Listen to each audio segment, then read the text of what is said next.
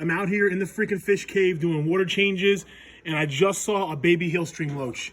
There was a baby HILLSTREAM loach. Holy crap, guys. It was in this rock. The HILLSTREAM loaches have 100% bred. This is ridiculous. Big shout out to Fish Diva and OneFishTwoFish. They both have had successful breeding. Oh, there it is, right there. Guys, baby freaking HILLSTREAM loach. Yes, this is phenomenal, guys. This is phenomenal. In this video, I'm going to share with you everything I've learned about keeping and breeding HILLSTREAM loaches over the past couple years. By far and large, the biggest thing. When I changed it, I saw babies within a month.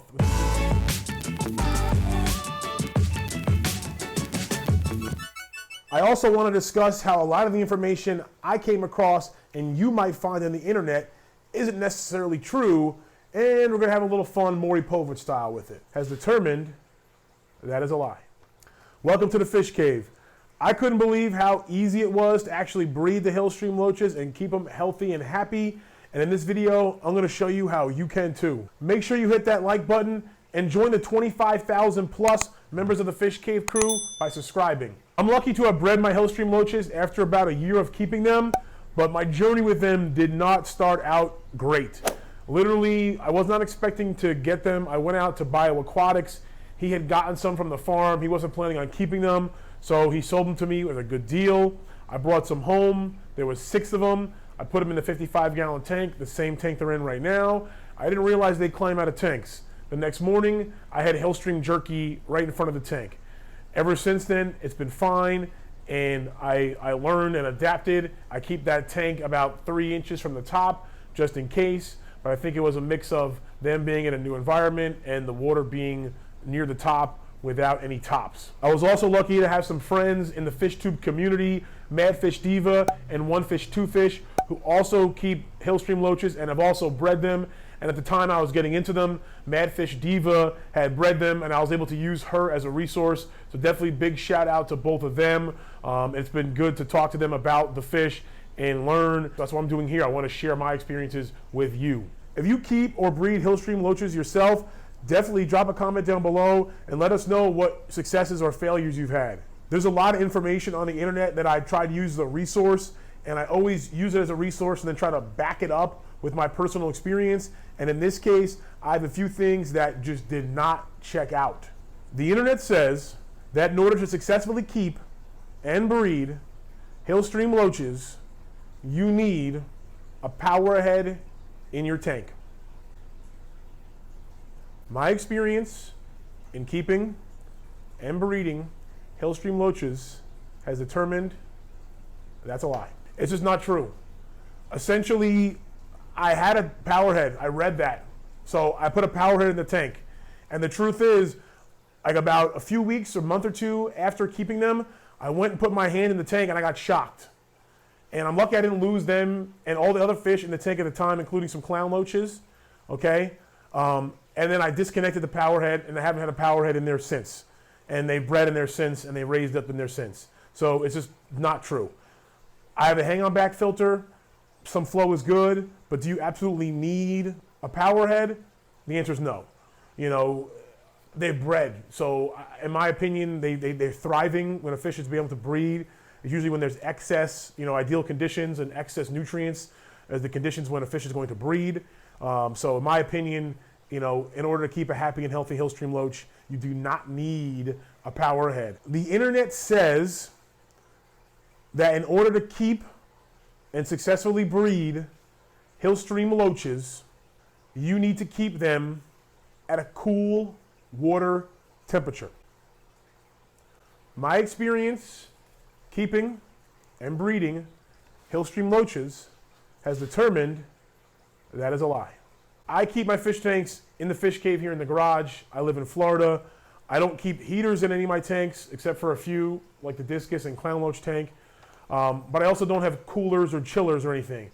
And the average tank is going to get to the mid 80s in the summertime here. That's just what it is. Most of my species are okay with that. Others would prefer not that to happen. I'm not saying HILLSTREAM loaches would love it at 85, but the truth is they were breeding near the end of the summer, and I discovered the babies in the tank when it was in the high 70s. Once again, not saying that in the wild they don't live in the cool water and they take cool water, but what I am saying is if for some reason the temperature does slowly increase to 85, or you have to keep them at 85 for a temporary period of time, it's not going to kill them. I think ideally the 70s is perfect, but the idea that they need to be at 72 and can't be kept at like a 76, 78 is a lie. It's not true. The internet says that in order to successfully keep and breed HILLSTREAM loaches, you need to feed them special foods. My experience in keeping and breeding HILLSTREAM loaches has determined that is a lie. Algae. The best thing with them is lights on the tanks. I keep usually 48-inch lights on the tank, 2 of them. They're just the knockoff brand LED lights. You don't need anything special. Plenty of rock coverage. Okay, and that rock coverage is going to come in twofold for sure, but it's going to grow a lot of algae, biofilm, driftwood is good. Those are all fantastic food sources for them. I also will feed rapashi, but I'm not going to lie and say I feed rapashi to that tank all the time.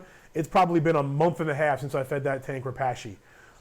Maybe rapashi is what is going to help them breed more, okay? But the idea that, you know, you need rapashi or that they won't eat flake or pellets or I would not sustain them off of algae alone. I'm not saying don't feed them specifically. You definitely need to feed them specifically, but algae is going to go a long way, and you don't need special foods like rapashi. Feeding wafers and stuff will be just fine. The internet says that in order to successfully keep and breed HILLSTREAM loaches, you need frequent water changes. My experience in keeping and breeding HILLSTREAM loaches has determined that to be not true, just not true. The matter of fact is I've changed that tank less frequently than most of the tanks in my fish room. These behind me are on auto water change, and I'm getting ready to add more on auto water change. But the HILLSTREAM loach tank, as well as all the Pleco grow out tanks, which is ridiculous, but they're all not on auto water changes. I do those manually. And the Pleco tanks, I'll do those the most frequently because they have the most fish. The tanks like the HILLSTREAM loach tank, I change that infrequently. Once a month, once every 2 weeks to once a month. Granted, it's not heavily stocked. There's just some shrimp, some platinum rice fish, which are like a small, very small fish, and then the colony of HILLSTREAM loaches.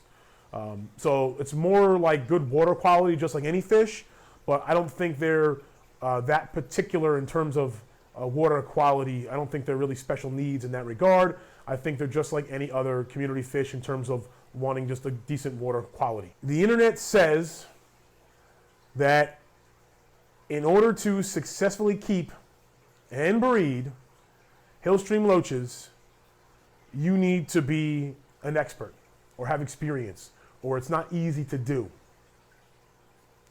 My experience as a schmuck in a garage keeping fish who has no idea what he's doing, who bred HILLSTREAM loaches, is proof that that is a lie. It's a blatant lie. They're easy to breed. They're not hard to breed.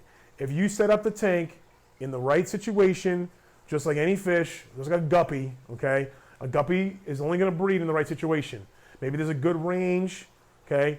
These HILLSTREAM loaches have a pretty decent range you can get them to breed. Here are my biggest tips in order to be successful. Number one, by far and large the biggest thing, and what I think, when I changed it, I saw babies within a month, within weeks, okay? Large rock piles. I'm talking about rocks like the size of like a baked potato, maybe like a half a baked potato, but not gravel, like a decent sized rocks. Enough that these loaches can get in there, okay? And hopefully not larger fish. But my number 2 tip is don't keep them with predator fish, okay? I had them in there with clown loaches. They bred in a tank with clown loaches that were, 4-inch clown loaches, okay? And they were survived. I have 3 babies that survived. Now that's not ideal. They have, they're known to have not large batches, usually under 10, but there could have been more than 3 that gotten, eaten up by a clown loach for all I know. So number 2 tip is don't keep any predator fish with them. Right now I have cherry shrimp and I have a rice fish, which is a small top-dwelling fish. The algae growth is important to help supplement them and the babies as far as their first meal. But like I said, that rock pile works hand in hand because it's going to give you additional filtration, additional algae growth. But what you want to do is, like I said, mine are at 55. 40 breeders probably okay, but that additional space helps you keep good water quality. A hang-on back and some driftwood are good additions. Get a little bit of flow. Once again, in addition to the rock pile, get some driftwood for some more biofilm to grow on as well. Time and patience, just like any other fish, are gonna be your best friend. You're gonna wanna make sure you have males and females. Obviously, sexing them isn't the easiest thing. Typically, you wanna look at their belly, so look at them when they're on their glass. And the males are gonna have a more slender abdomen. But once again, your best bet is to get 5 or 6, just like I recommend with any fish. Get a handful of them. When you get 5 to 6 range, then you're guaranteed like a 93 to 95% chance of getting a pair. And if you do those simple things, and I know they're simple because I did them myself, I think you'll have a lot of success keeping and breeding the HILLSTREAM loach. If you have any more questions, feel free to drop them in the comments below, and I'll do my best to answer them. Check out some more breeding videos right here, some more wild fish tank antics right over there. I appreciate you guys watching to the end of the video. As always, stay positive and stay passionate.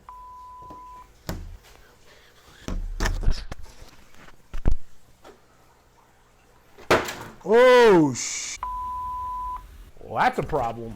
Let's go. That's a wrap.